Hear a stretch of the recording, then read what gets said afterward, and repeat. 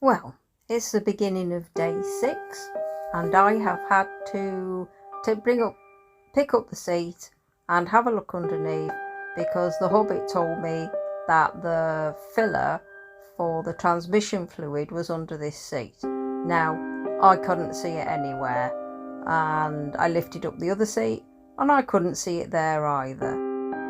So a plan now had to be formed. Not only can't I find it, I can't find it under the other side, and I can't keep the seat lifted up.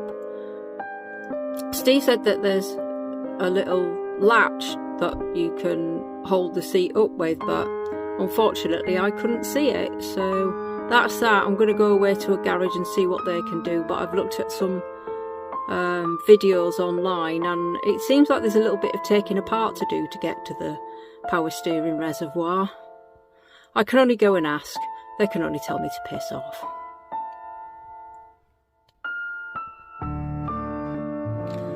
The local garage has told me to do one. There's no way they can fit me in, not even to have a quick look at it. So I'm going to take advantage of my RAC membership and phone them up and see if they're able to do it. Bear with. The RAC has been contacted. It's all done online now, so you can't ask them any questions. And I just have to wait to see whether they can get to me right in the middle of Snowdonia on a campsite. And if they can, how long will it take? Because obviously I still want to enjoy my holiday. I'll keep you updated. That's what they said. Oh, apparently they're going to be here at about 9:15, which is about 20 minutes away. I've got my fingers crossed for this. Well, the RAC man has been here for about half an hour, and I think he has taken this time to come to the conclusion that he has no idea where the filler cap for the power steering is, and he is soon about to give up and leave me. Well, that, my friends, is that. The end of my epic Welsh adventure. The transmission fluid has basically pissed off somewhere. Obviously the braking issue with it pulling to the right all the time. I could have limped home with it. I've been limping everywhere else with it. But like the RAC guy said, I could wreck my transmission on that journey, so I just have to wait for recovery. I'm going to get recovered to home and take it from there to whatever garage we need to take it to. The filler for the transmission fluid is pretty much impossible to get to without tearing apart half of the front of the van, so clearly it's going to be a big job. And it's just the way it goes with this van.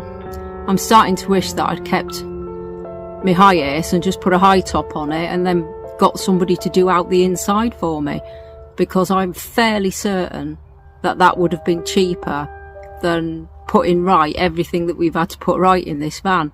But you live and learn. Usually me and the Hobbit learn the hard way. We're forever buying vehicles that are a pile of poo. Yeah. So, recovered to home, then drive it to the garage. But the RAC guy said that I'll be lucky to get home by midnight. There's also given the option of, I've got the option of them bringing me a hire car so that I can drive home, and then I can get the van within a week. Not really happy about that, but he also says that the people who come and recover you are not RAC people, they're the local garages, and they don't take you all the way home. They'll take you to somewhere where somebody else will take you to somewhere else, and then that somebody will take you to somewhere else, and then that person will take you home. I don't really want to hire a car. I've had to book this pitch for another day, for another night, just in case they don't turn up. My other option was to wait outside in a lay-by, because they said I couldn't park in the caravan site anywhere because I've got so many people turning up. They need the car park for new people turning up. So I was a bit disappointing. But anyway, I've got solar and my batteries are full, and I'll just edit this video while I'm waiting. I'm a little bit disappointed, I cannot tell a lie. Anyway, laters. Well, the information is ever changing. They're now bringing me a hire car so I can drive home, and they will recover the vehicle and get it back to my house within a week. Hopefully they're going to be able to park it for me, because I might be at work when they turn up, but we'll arrange all that later. So I'm going to have a nice little car to drive home in. I'm not happy. I'm not happy. Okay, next in the saga of getting Ziggy back home, the hire car company have been on to me. They said I'm too far away for them to come out with a hire car, so they're going to book me a taxi to take me to them. That sounds brilliant, apart from when they said what car they were giving me. I said, you were aware that I can only drive an automatic? And they said, no, it says on the notes a manual or an automatic.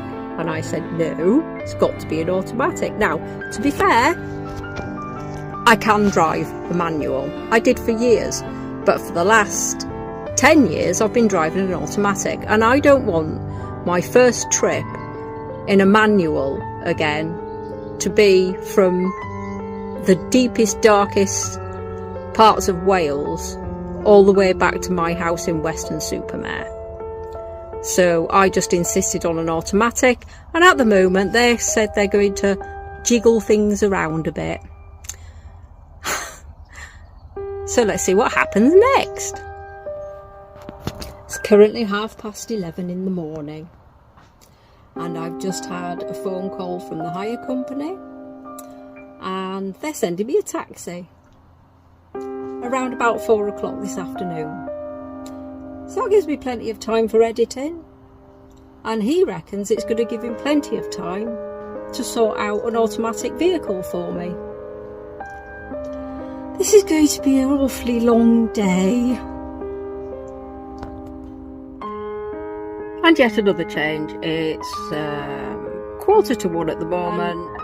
Excuse me. And the guy reckons he's going to be here by, I think, 1:30. So they're getting me even earlier, which means I've got a huge amount of time to wait around in the hire place until they found me a car. I don't think the hire place know that the taxi's coming early. Whatever, they'll probably have a toilet there. It's really all I need. Better get myself backed up and ready. Thought I may as well cook up that last steak. It's a good job I did throw all my other stuff out. This is all I had left in the fridge. I'm, again, not hungry. Of course, I've got a bit of a nervous tummy because I've got this long taxi ride towards Westbury, and then it's sitting around in the office waiting for this flipping car. So anyway, just get on with it, innit?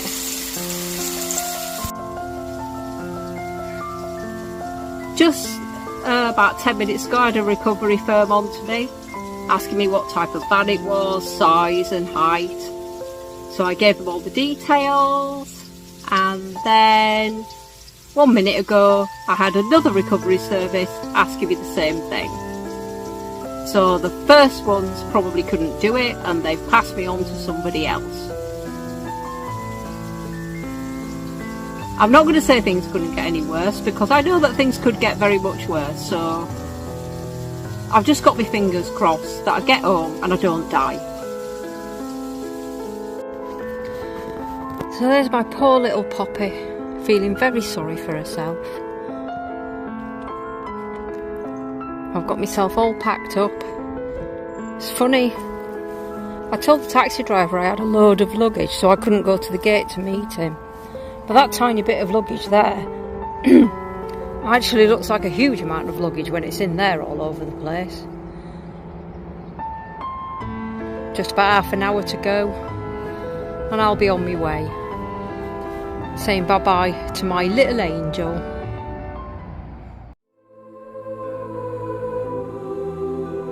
So I got a really nice surprise when I got to the hire company. They already had the car there. I've got to say, it was a nice sporty little number, and it got me home by, I think I got home by 7 o'clock at night.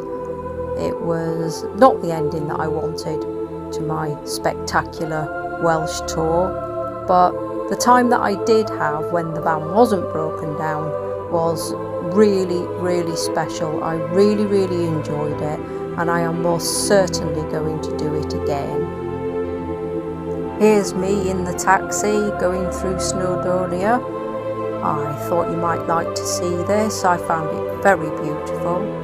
If you've enjoyed this video and seeing my pain, could you give me a like, maybe subscribe, and I'd really love it if you'd leave a comment.